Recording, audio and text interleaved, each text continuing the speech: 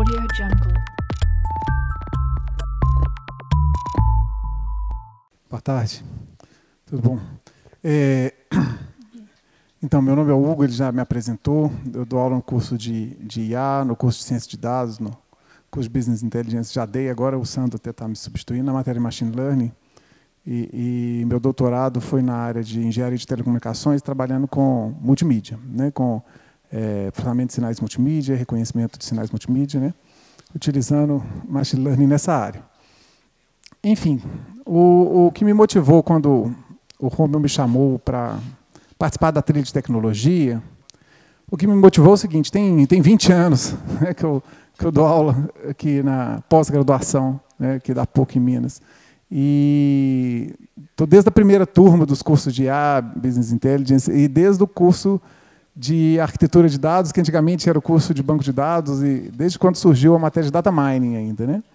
E uma coisa interessante que a gente vê, principalmente na hora que vê o pessoal aplicando modelo, e vê o pessoal testando modelo e tentando validar, e ver se o modelo funciona, e começa a ficar frustrado, é que muitas vezes você treina o modelo com dado histórico, e na hora que você coloca o modelo em produção, o modelo ele para de funcionar.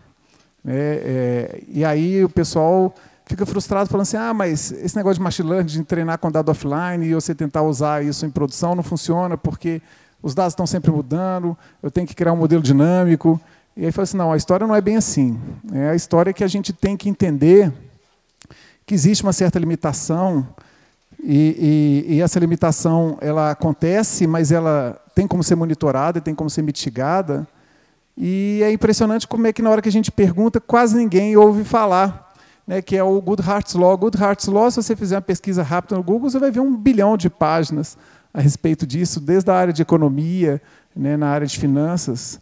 É um problema famoso, faz parte de uma das grandes falácias de machine learning, mas que muitas pessoas às vezes não prestam atenção e que pode causar o fracasso de um modelo, sabe? E aí a ideia, eu falei assim: não, então tem que mostrar. E isso, eu acho que esse é um assunto que a gente tem que mostrar para a pessoa entender e aprender como é que, por exemplo, a IA ágil pode resolver e ajudar a mitigar nesse tipo de situação. Começar, isso aqui é uma que eles chamam lá em inglês de anedota, né, um caso, né, um causo, né, que motiva na área de finanças a questão do Goodhart's Law. Esse caso acredita ser real, inclusive, né, as pesquisas mostram que esse caso foi real, que aconteceu na Rússia, né? Uma indústria, né, fabricante de pregos, precisava medir produtividade, né, dar bônus para os funcionários que tivessem maior produtividade, para motivar os funcionários, aumentar a competitividade da empresa, né? E aí eles pensaram, né, como é que a gente pode medir a performance de um fabricante de prego, né, uma empresa de prego. E aí eles foram pensar, tentando identificar uma métrica, uma espécie de um KPI, assim, um indicador de desempenho que ele pudesse utilizar, né? O primeiro indicador que eles pensaram foi o seguinte: fácil, número de pregos fabricados, né? Se você define o número de pregos fabricados como indicador de desempenho, o que aconteceu na empresa? De repente, eles tinham pessoas fabricando milhões e milhões de pregos minúsculos e inúteis, ou seja, o mais rápido possível que eles conseguissem fazer para maximizar esse indicador. E aí eles viram que estava errado, tentaram mudar o indicador.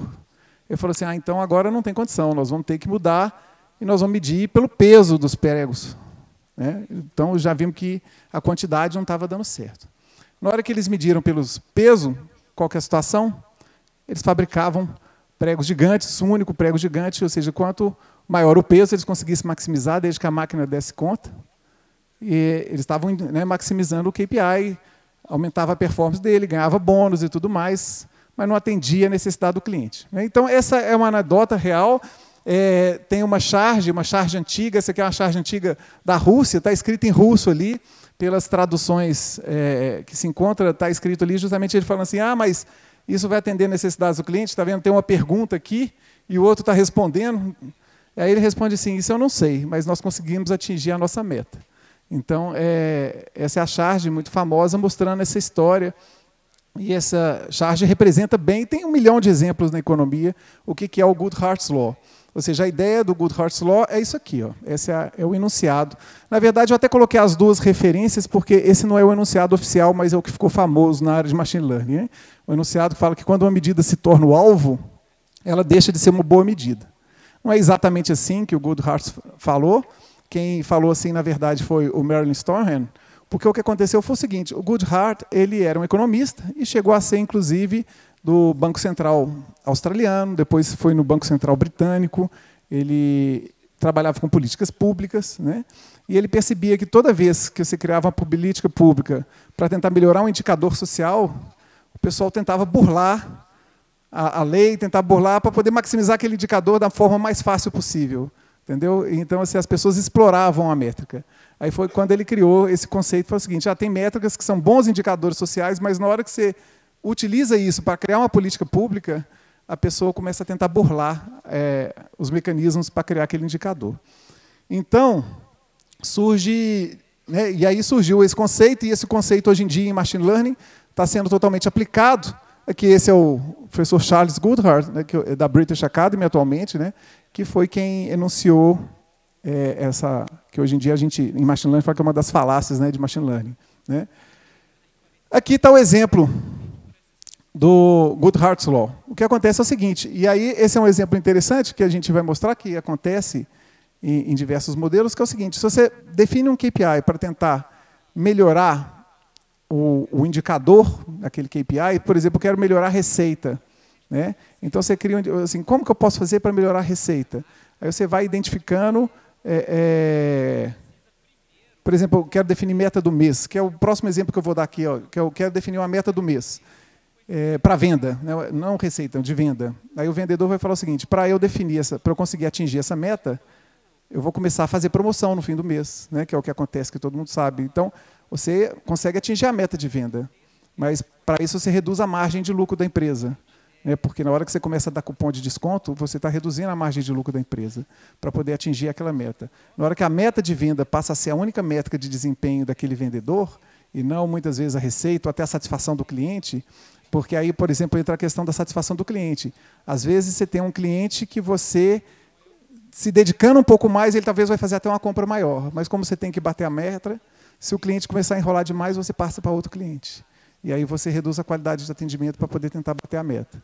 Então, esse tipo de problema, que é enunciado no Goodhart's Law, e que é trabalhado muito na área de Business Intelligence, quando você cria indicadores, também vai afetar os modelos de aprendizado, quando a gente for trabalhar os modelos de aprendizado. Como é que funciona? Como é que é esse enunciado do ponto de vista estatístico? Eu tentei colocar aqui uma sequência de passos, né, para mostrar como é que acontece. Funciona assim. Normalmente você tem um objetivo para ser atingido. Aí você vai tentar construir um modelo e tentar identificar que tipo de atributo, que tipo de métrica que pode descrever aquele objetivo. Em geral, os objetivos são objetivos empresariais, são objetivos abstratos. Né? E aí, na hora que você vai criar um indicador, né, você tenta achar correlação, por exemplo. Correlação é uma medida estatística que a maioria das pessoas está familiar, ou seja, você consegue achar dados ou métricas que são fáceis de medir, que estão relacionadas com o objetivo que você quer alcançar. Né?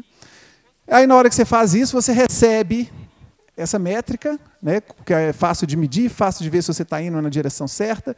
Você recebe essa métrica e você começa a tomar ações baseadas nessa métrica. Né, tomar decisões baseadas nessa métrica. O problema é que, na hora que você toma decisões baseadas nessa métrica e começa a tentar otimizar a métrica, você acaba, para otimizar aquela métrica, você prejudica outros indicadores. E aí você muda o comportamento dos seus dados. O que a gente vai perceber na hora que a gente for mostrar daqui a pouquinho o problema de aprendizado de máquina é justamente que os dados eles vão mudar de formato, eles mudam de distribuição. Então, os dados que tinham uma distribuição, que produziam uma determinada correlação, de repente, por causa da inserção do modelo, por causa daquela tomada de decisão, os dados começam a mudar de distribuição. E aí a correlação se perde. E na hora que a correlação se perde, o modelo se torna ineficiente. Exemplo famoso é na área de fraude. Né? Detecção de fraude são exemplos famosos de modelos. Né? Você cria um modelo para detectar fraude. Se o modelo ele for baseado em poucos indicadores, rapidamente o bandido percebe, né, quais são os indicadores e começa a mudar o seu comportamento. Né? E é para poder tentar identificar uma forma de burlar o algoritmo. Né? Na área de detecção de spam, por exemplo, é muito famoso, e tem vários artigos que mostram isso, como explorar modelos. Né? Você vai atacando um filtro de spam. Você começa a atacar o filtro. E aí você começa a perceber qual e-mail que está passando, qual que está sendo bloqueado. Você começa a mudar a linguagem do e-mail. Você muda a quantidade de adjetivos, você muda a quantidade de verbos, você muda a ordem como você escreve a frase, voz passiva, voz ativa, e você começa a perceber qual que é o algoritmo de processamento de linguagem natural que está sendo utilizado ali para filtrar spam. E rapidamente você consegue alterar o formato do texto para poder burlar o seu modelo de spam. Então, não é o modelo que é ruim. Né? Então, o problema do Goodhart-Shaw é isso, não é o modelo que é ruim, o modelo funcionava. Só que a distribuição dos seus dados mudou completamente. O porquê mudou o comportamento das pessoas que estavam sendo impactadas por aquele modelo. Né? Então, é isso que vai acontecer. Ou seja, normalmente você define essa métrica, que chamei de G asterisco, né, de Go asterisco aí, porque é mais fácil de medir, mas na hora que você faz isso, você perde a correlação com os dados. Vou dar alguns exemplos primeiro. Então, a estratégia aqui, primeiro, mostrar alguns exemplos de onde acontece. Depois eu vou mostrar como é que a gente detecta. E depois como é que a gente evita. Tá? Essa vai ser as 3 etapas a partir de agora aqui, de forma bem rapidinha, né, 40 minutos só, para a gente tentar entender. Então, eu estava comentando aqui do exemplo da comissão de vendas, né, que eu falei que é um dos primeiros exemplos, né, de problemas no modelo. Todos os exemplos, depois o Romeu parece que ele pretende colocar isso no repositório, então todos os exemplos eu coloco sempre no cantinho, tem um link aqui, se vocês clicarem, é um link clicável, depois quando vocês pegarem o material, tem um link para o artigo, ou para a página, ou para o caso, como é que o caso é detalhado, de modo que todos dá para ver. Alguns têm exemplos com código em Python, acabou que eu pensei em colocar o código, depois tirei, falei, no final ficou sem código mesmo, mas todos, na hora que você clicar, vários têm exemplos do código, inclusive usando o scikit, como é que você pode detectar e calcular.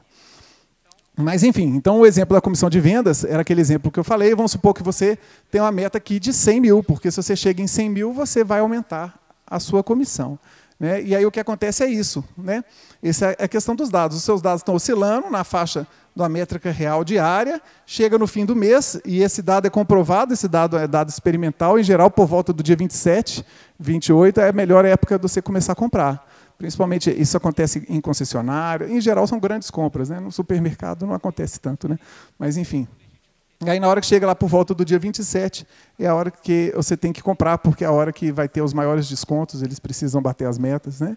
E aí eles começam a tentar antecipar, às vezes, clientes que poderiam comprar no mês seguinte, tentar antecipar. Mas aí gera vários efeitos problemáticos. Primeiro, gera uma queda de receita para a empresa começa, na hora que ela tira o custo operacional, o lucro líquido cai. Então, você quer maximizar a venda para poder aumentar a receita, e, de repente, você vê a sua receita caindo. Né? Na hora que acontece isso, alguns clientes que percebem, igual vocês agora vão começar a fazer, porque agora estão sabendo que realmente isso é comprovado. Na hora que chega no dia 22, você para de comprar. Ninguém compra nada no dia 22, porque você vai esperar, falta uma semaninha, eu espero o dia 27 que eu vou conseguir lá uns 5%, 10%. Né? E aí a gente sabe que isso acontece. Né? E é impressionante porque a gente está preparando esse slide, está lá, vamos preparar esse slide e que dia é hoje, né? Dia 25, né? 26, né? 26, né? Aí hoje, na hora do almoço, eu e minha esposa estamos olhando um sofá novo lá para casa, chegou o WhatsApp da vendedora. Consegui um desconto extra, hoje. Né? Eu falei assim, não é possível, parece piada. E não é piada. Chegou hoje o WhatsApp da vendedora falando que conseguiu um desconto extra no sofá que nós olhamos há 2 semanas atrás, achamos meio caro e tal, falar, depois a gente olha isso com mais calma. Então, assim, a gente vê, pode ter sido uma mera coincidência, né? E provavelmente foi, mas que é uma coincidência impressionante, porque realmente chega no fim do mês, ela começa a olhar a meta dela, ela vê aquele sofá, vê aquele casal pareceu interessado, e aí gera exatamente o problema, né? Gera o problema da métrica ruim, né? De você realmente reduzir a receita e faz as pessoas justamente esperarem o fim do mês para comprar e tal. Um exemplo famoso, já mais focado em modelos mesmo de previsão, é o exemplo do Google. Né? O exemplo do Google foi interessante, quer dizer, quando o Google surgiu, ele surgiu com o PageRank. Né? O PageRank era um algoritmo famoso, era público, afinal de contas, os fundadores do Google eram alunos de doutorado, publicaram artigos sobre o PageRank, era capaz de você encontrar o artigo, você conseguia ler, saber como é que funcionava. Né? E ele funcionava baseado na base do que a gente chama de backlinks, ou seja, links que apontavam para a sua página, ou seja, a sua página era mais confiável, ela tinha mais credibilidade se várias pessoas apontassem para ela. Era a ideia básica do algoritmo. Né? Na hora que a web se popularizou e o Google ficou poderoso e valendo tanto, e todo mundo só acessava o Google, o que o pessoal começou a fazer? Burlar. Basicamente, o que eles começaram a fazer? Criaram o conceito de link farms, ou seja, uma empresa que era de web design criava vários sites, e todo mundo apontando para todo mundo, mesmo que o link não fazia o menor sentido, para aumentar a quantidade de backlinks. Né? Havia acordos entre amigos, né? Sites que falavam, eu aponto para você, você aponta para mim, para poder aumentar a credibilidade, tudo tentando burlar o algoritmo. Ou seja, não é que o algoritmo de PageRank era ruim, ele é um algoritmo excelente, só que ele foi explorado. Né? E aí, o que a Google fez? Mudou completamente o algoritmo e nunca mais tornou público. Hoje em dia, o algoritmo de busca ele não é publicado mais. Né? Então, assim, porque senão vai ter alguém que vai explorar. Né? Outro exemplo interessante de machine learning são algoritmos que mandam cupons de desconto. Muitos desses algoritmos são baseados em cookies, né? Você acessa o site, pesquisa um produto, aí ele coloca um cookiezinho no seu computador para avisar que você pesquisou aquele produto. Na hora que você entra no site de novo, ele vai e dispara um cupom de desconto lá para o seu e-mail, avisando, se você comprar aquele produto que você tinha visitado, você ganha lá 10%. Né? Então, na hora que você começa a utilizar o modelo, no inicinho você realmente começa a aumentar a receita, porque as pessoas começam a comprar por impulso. Né? Mas logo, logo elas começam a perceber o algoritmo. É muito fácil. Todo dia que eu entro na página, se eu voltar na página na semana que vem, eu recebo um cupom, a pessoa começa a parar de comprar. Então, a partir de agora, ela só vai comprar da terceira, quarta vez que entrar. Ela vai esperar o cupom chegar. E aí a receita começa a cair. Aí, de repente, enquanto o cupom servia para aumentar o ticket médio através da compra por impulso, ele passa agora a impactar, na verdade, a receita base do ticket médio. Né? Então, na verdade, o ticket médio cai em vez de subir. E aí, então, esse era um problema sério, ou seja, não é problema do modelo de machine learning. Mais uma vez, o modelo estava funcionando. Tanto estava funcionando, o pessoal estava usando o cupom. O problema é que o pessoal muda o comportamento, aí a distribuição dos seus dados mudou. Enfim. Então, esses são os principais. Tem 1 milhão de exemplos, né? Aí ficaria 1 hora só falando exemplo. Mas quais são as implicações que a gente tem, né, na parte de análise de dados? Né?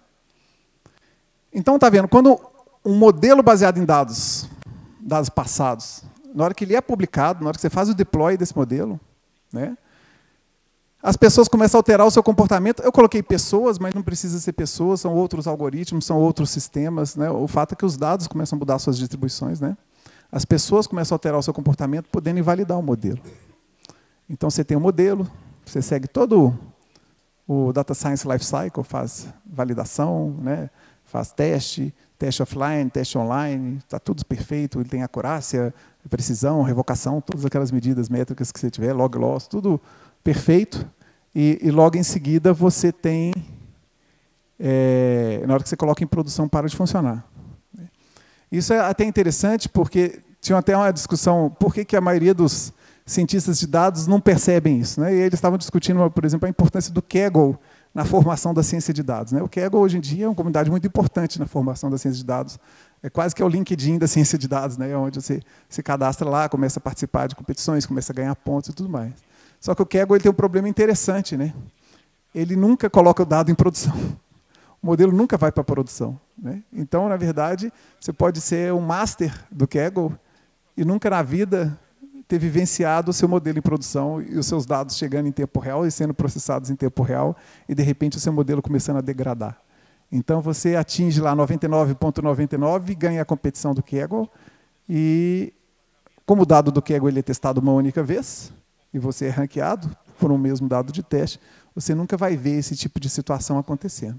Né? Então, você tem muitos cientistas de dados assim, excepcionais que nunca viram essa parte da dinâmica do modelo acontecendo. Né? Então, em ciência de dados, o Goodhart's Law, então, ela é enunciada um pouquinho diferente, falando que o comportamento pode mudar com a presença do modelo. O comportamento dos dados pode mudar com a presença do modelo.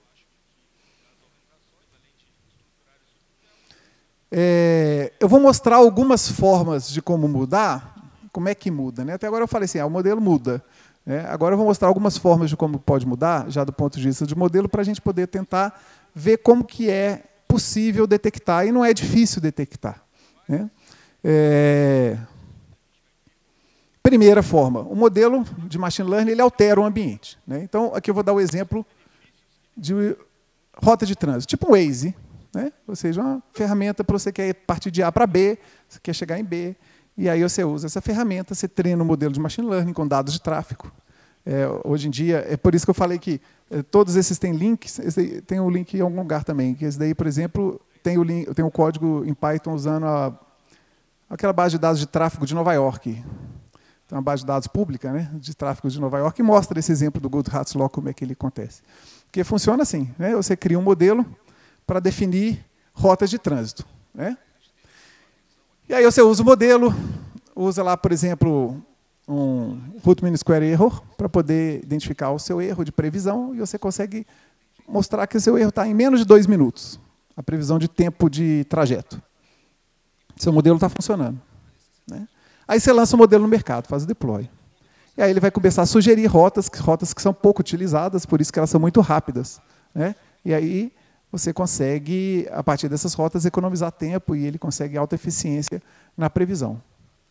O problema é que quanto mais as pessoas usam o aplicativo, mais as rotas que são previstas pelo modelo começam a ficar congestionadas, né? Então, o modelo é ele que está produzindo a alteração na distribuição de dados. Tá vendo? Não necessariamente é a pessoa. Por isso que eu falei lá, eu estou colocando pessoa, mas não necessariamente é a pessoa. Nesse caso, o próprio modelo produziu a mudança na distribuição de dados. As pessoas começam a confiar aquele modelo é excelente, a gente fala que você vai gastar 15 minutos e acerta, e você segue o caminho do modelo. Ele começa a congestionar ruas que antigamente estavam vazias, mas eram ruas com capacidade limitada, né? Você gera tráfego nessas ruas, muda o perfil de tráfego nas ruas, e aí agora o modelo começa a degradar. Qual que é a solução para isso? Tem que mudar o modelo, né? Daqui a pouquinho a gente vai ver, mas não tem a magia, né? A solução é essa, tem que mudar o modelo. A pergunta é como fazer, né? Como é que a gente vai detectar e mudar o modelo e adaptar o modelo para, na hora que se detectar a degradação, você corrigir essa degradação. Entendeu? Então, isso é que a gente vai ter que fazer. Não tem muito mistério. Olha a segunda situação. Modelos de machine learning não devem depender de uma única métrica. O exemplo mesmo da receita lá do vendedor, aquele, né, quase uma fábula, né? Aquele exemplo é um caso clássico de que a gente estava dependendo de uma única métrica. Ou seja, a empresa ela resumiu o conceito de receita da empresa numa métrica chamada venda. Sendo que receita da empresa não é só venda. Tem a venda, tem a margem de lucro, o que está vendendo, tem a fidelização do cliente, se o cliente volta, se o cliente não volta, porque tem um custo de aquisição de cliente. Então, se eles tivessem levado em consideração múltiplas métricas, eles não tinham caído naquele problema. Você tem que falar assim, meu amigo, você tem que maximizar suas vendas, você tem uma meta de venda, mas você tem uma meta de fidelização, ou seja, de tempos em tempos você tem que ligar para o seu cliente, mandar um WhatsApp, você tem uma meta de fidelização. Se você tivesse criado múltiplas métricas, provavelmente você teria ganhado um excelente desempenho e maximizado essa receita. Porque você ia reduzir custo de aquisição de novos clientes, você ia reduzir custo de marketing com isso, né? Você ia continuar tendo a receita. Enfim, a gente não pode basear em uma única métrica. Então, aqui um exemplo interessante de modelo de machine learning aplicado ao faturamento de uma banda de rock. Então, isso aqui você tem uma base de dados, e aí você utiliza a aprendizagem de máquina para identificar, como se fosse uma árvore de decisão, se não me engano, nesse caso foi usado uma árvore de decisão, para identificar quais são os atributos que estão relacionados com o faturamento da banda de rock. Você é o agente da banda, né? E você quer montar a sua estratégia. Será que eu vou para a rádio? Será que eu vou vender disco? Será, né? Hoje em dia não vende esse disco mais, mas será que eu vou investir em trilhas? Ou será que eu vou investir em shows? Ou seja, aonde que eu vou maximizar a minha receita, né?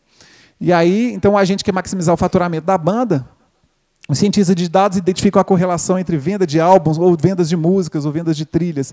E o faturamento está correlacionada na faixa de 15% do faturamento. É sempre baseado nas trilhas novas que ele lança, nos lançamentos que ele faz, na rádio e tudo mais.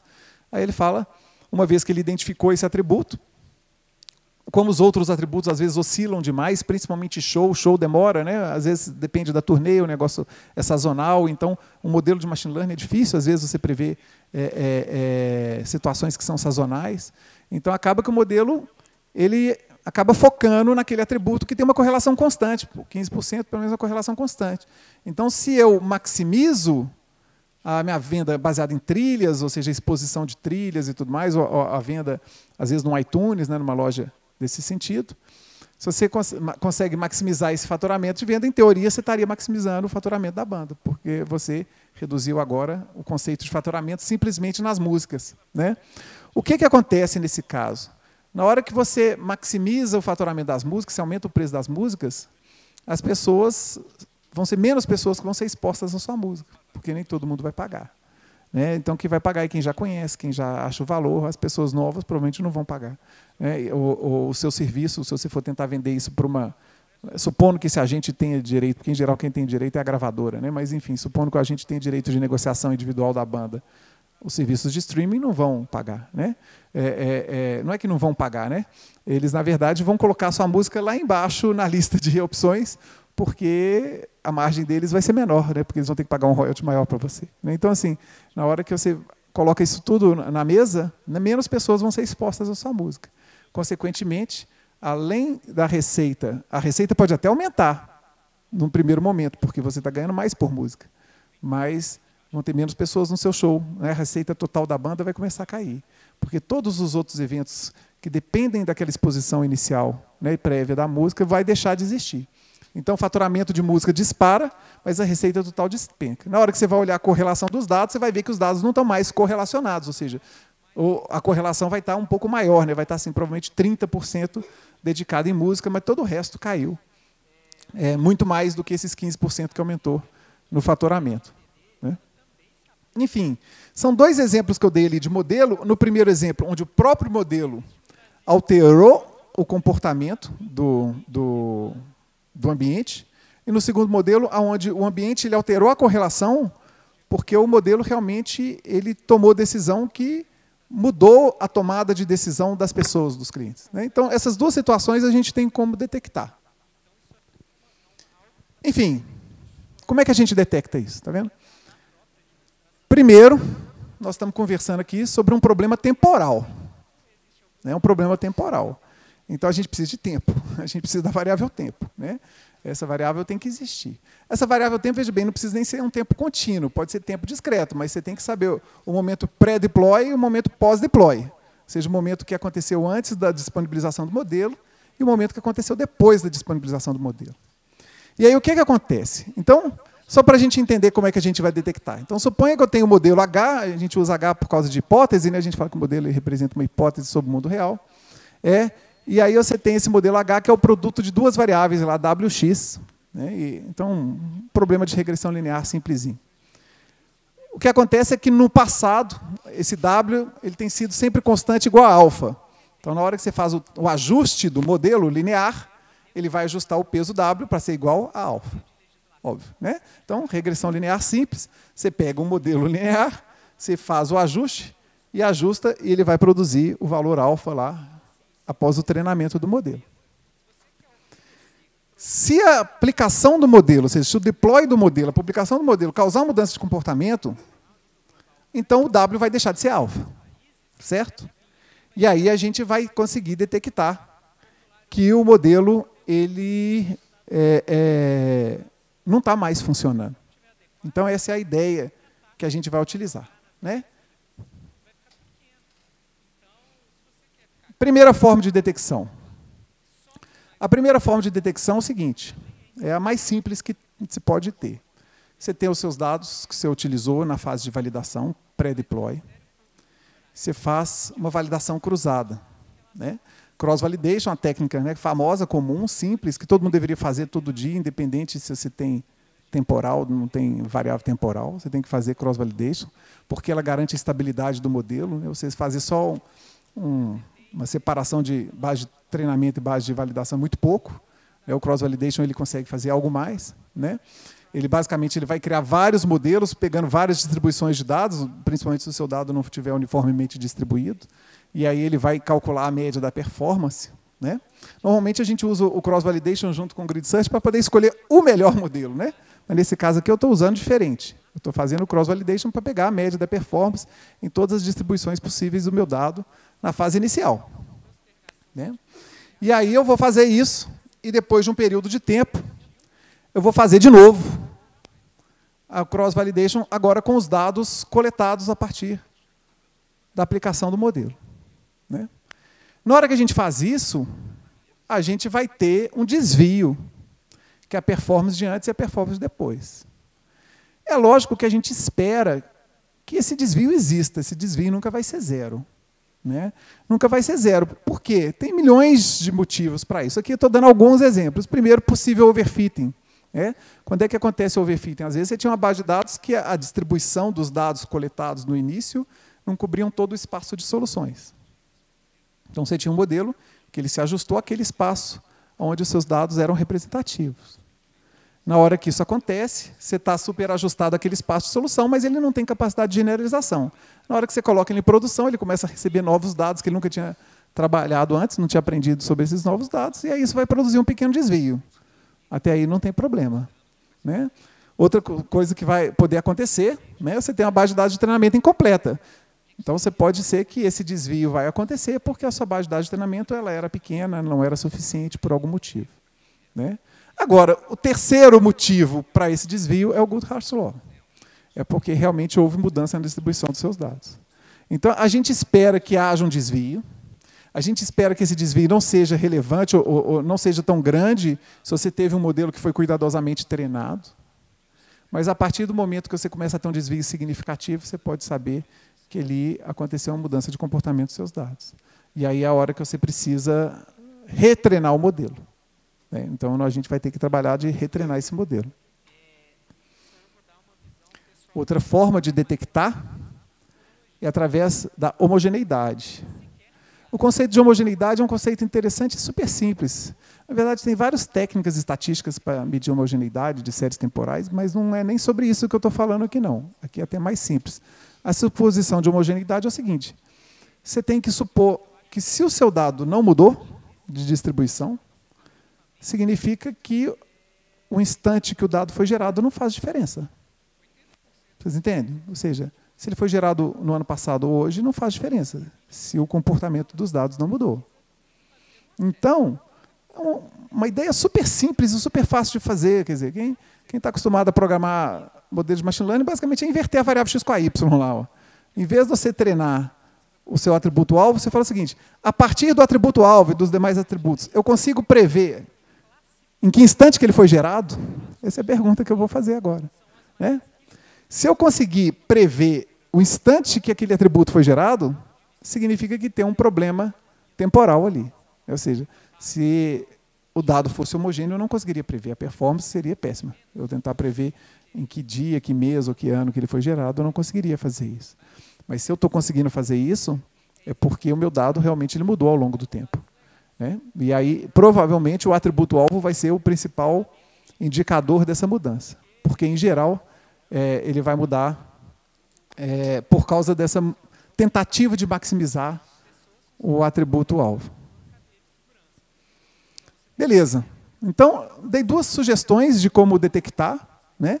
Tem outras sugestões, a gente vê, eu não sei se agora vai ter palestra, porque sempre tem palestra sobre as diversas ferramentas, né? ClickView, Pentaho, sempre tem as empresas, né? Divulgando as palestras, divulgando as ferramentas e fazendo palestras. Mas o Pentaho, por exemplo, o PDI, que é o Data Integration dele, que serve para fazer ETL, etc. e tal, ele tem um módulo na versão Enterprise, por exemplo, focado num modelo muito interessante para você detectar essa homogeneidade, que é chamado modelo do Champion and Challenger. Né?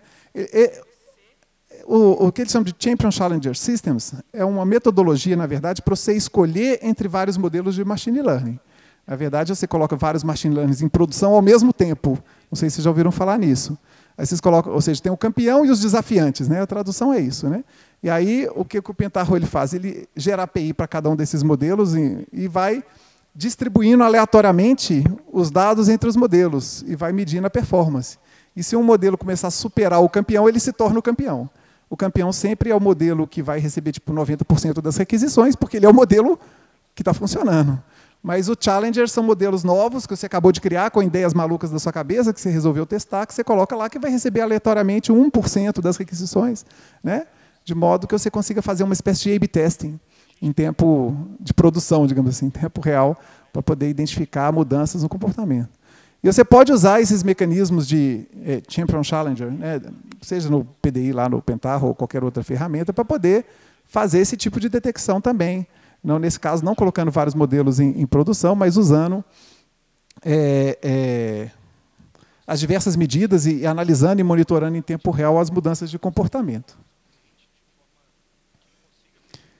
Então, como é que a gente pode evitar, já chegando então na última etapa, como é que a gente pode resolver esse problema do Goodhart's Law, né?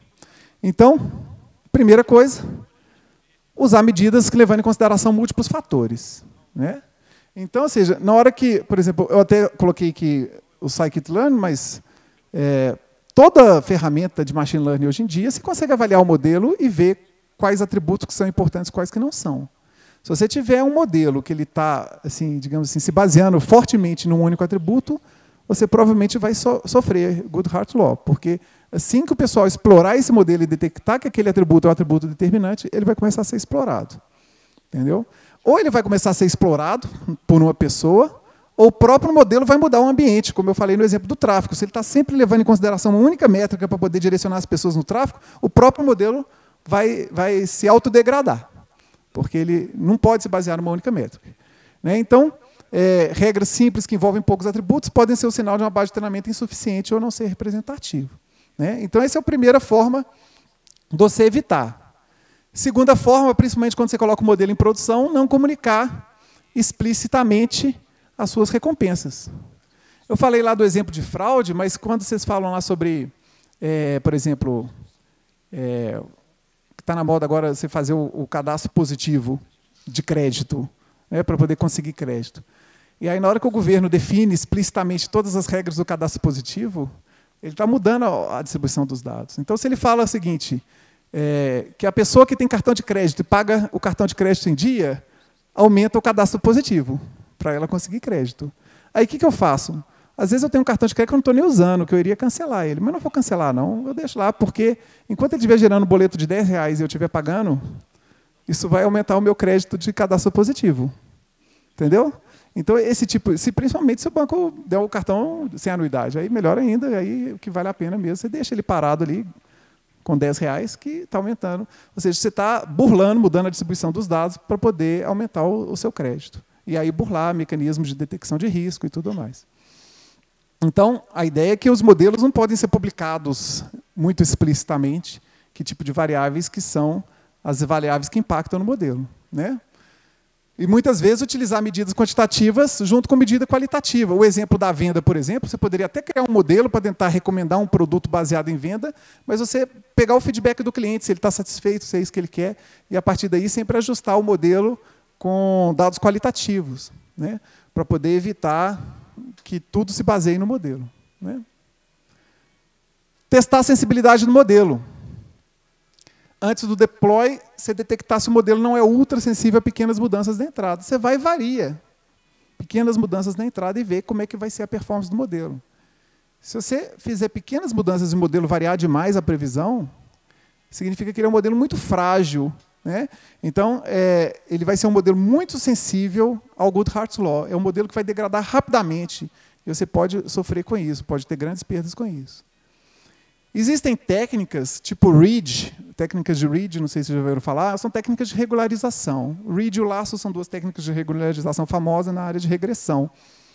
Mas o READ ele é usado não só em regressão, até em rede neural você pode definir um parâmetro de READ, que é um parâmetro de regularização. Basicamente, o que esse parâmetro faz? No caso do READ especificamente. Ele vai pegar o valor do peso. E aí ele vai ver se o peso está crescendo demais sem melhorar a performance do modelo. Se o peso estiver crescendo demais sem melhorar a performance do modelo, ele começa a forçar aquele peso para baixo. E aí, essas técnicas de regularização elas são boas porque elas reduzem a complexidade do modelo, não deixando que um único atributo tenha um peso muito grande sobre a saída final. Ela tenta achatar o peso dos atributos. E aí você tem um modelo que é mais distribuído entre múltiplas métricas. Eu fiquei sabendo ali que meu tempo já acabou, mas esse aqui é o último slide. E aí o último slide é justamente para falar que a terceira parte é a parte de desenvolvimento ágil. O que acontece? O Agile Deployment, principalmente, né, você fazer o desenvolvimento ágil e realmente disponibilizar modelo a cada 2 semanas, é uma das melhores ferramentas hoje em dia, e tem várias empresas, né, advogando nesse sentido. de que todo modelo envelhece, isso é normal, você já teria que mudar o modelo mesmo, você tem que sempre monitorar o seu modelo. Né? Só que a ideia do desenvolvimento ágil vai te permitir, você, a cada 2 semanas, você sempre está testando a distribuição das suas entradas. Então, o que você tem que colocar lá no seu sprint, que você vai ter que fazer toda semana, né? toda sprint, né? 2 semanas, enfim. Você sempre coletar os dados que estão vindo lá da produção, dos logs de produção, e ver, está mudando a minha distribuição? Analisar a distribuição é a coisa mais fácil que tem. Né? Você usa um teste ANOVA, por exemplo, você consegue analisar de forma automática, até no Excel, né? O Sandro estava falando do Excel aqui na palestra anterior, até o Excel resolve esse problema com um clicar só. Né? Enfim, aí você analisa se está tendo mudança na distribuição dos seus dados, na entrada, se analisa se está tendo mudança na acurácia do modelo, se o modelo começa a degradar, ou se está simplesmente oscilando. E aí, a partir daí, você vai e gera um novo modelo, e faz o ajuste do modelo, e faz um novo deploy. E vai fazendo isso continuamente. Não tem jeito. Não tem jeito de você achar que está livre do Goodhart's Law. Então, assim... e aí eu coloquei até aqui como uma espécie de advertência. Né? Por exemplo, um spammer ele consegue alterar o seu algoritmo de spam em poucas horas. Né? Então, mesmo um sprint de 2 semanas pode não ser suficiente, dependendo da situação. Né? Dependendo se realmente tiver alguma coisa que merece ser atacada na sua empresa. Mas é isso. Então, assim, nesses 40 minutos, achei que era importante que vocês não deixassem de saber. É impressionante como é que a gente sempre pergunta, e é raro ver uma pessoa que sabe, e aí acaba achando que o modelo de machine learning não funciona. Né? Então, não é isso. É porque a gente tem sempre que monitorar e o comportamento muda. Obrigado. Valeu.